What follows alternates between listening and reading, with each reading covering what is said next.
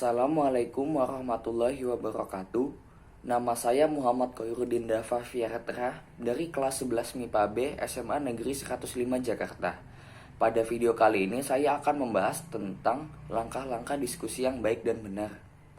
Tentu saja kalian udah gak asing apa yang namanya diskusi, karena keseharian kita selalu ada sangkut pautnya dengan diskusi. Misalnya di sekolah, atau misalnya kalian lagi main sama teman kalian terus ngobrol, itu juga termasuk diskusi.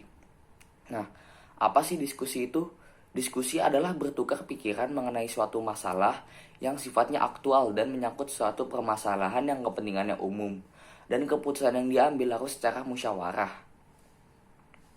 Selanjutnya, apa sih tujuan dan manfaat yang kita dapatkan dari diskusi tersebut? Pertama, tujuan diskusi tentunya untuk mengadakan kesepakatan dan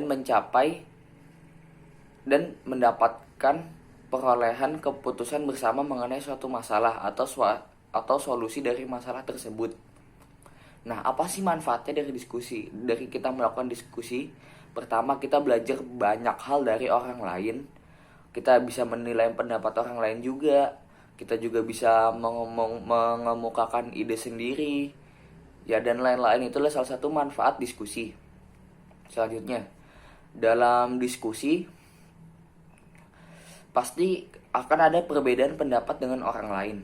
Nah, di sini saya akan memberitahu kalian bagaimana caranya kita mengemukakan pendapat yang baik dan benar. Pertama, kita harus menggunakan bahasa yang baik, logis, serta masuk akal agar dapat mudah diterima oleh orang lain. Selanjutnya, harus mengenai langsung pada pokok soal persoalan. Karena jika tidak, kita terus muter-muter tidak langsung ke pokok persoalan, akan mengulur-ulur waktu atau membuang-buang waktu lebih lama. Selanjutnya, menghilangkan rasa emosional dan jangan memaksakan kehendak jika pendapat kalian tidak diterima oleh orang lain.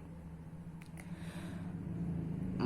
Materi pembicaraan jangan menjatuhkan orang lain atau menjelekkan orang lain, karena tentu itu akan melukai perasaan orang lain. Selanjutnya, dalam mengemukakan pendapat merupakan mencari solusi, bukan malah menambah masalah. Nah, itu kan tadi cara kita mengemukakan pendapat. Nah, misalnya ada orang lain yang mengemukakan pendapat, terus kita nggak setuju. Di sini saya akan memberitahu caranya, kalau cara kita menyanggah pendapat orang lain agar tidak melukai perasaan orang lain atau menjadi perselisihan. Pertama, misalnya mereka mengajukan pendapat, kalian bisa bilang dengan bahasa yang sopan, misalnya, maaf, pendapat Anda kurang diterima, perlu ditinjau kembali, atau belum sesuai dengan pokok permasalahan, kurang sesuai. Dan setelah kalian menyanggah pendapat mereka, kalian menjelaskan apa alasannya kalian menyanggah pendapat mereka. Selanjutnya, yang terakhir adalah langkah-langkah diskusi yang benar. Pertama, tentunya kita harus mempersiapkan diskusi. Nah, mempersiapkan diskusi itu gimana sih caranya? Pertama, temanya apa? Materi yang diperlukan apa aja? Kan kalau nggak ada materinya nggak ada yang dibahas dong, sama permasalahannya juga nggak ada yang dibahas. Selanjutnya, melaksanakan diskusi dengan membahas permasalahan yang dihadapi. Selanjutnya, membicarakan penyebab terjadinya masalah. Jadi misalnya di suatu masalah nih, kita bahas dulu nih penyebabnya apa sih, baru kita cari solusinya.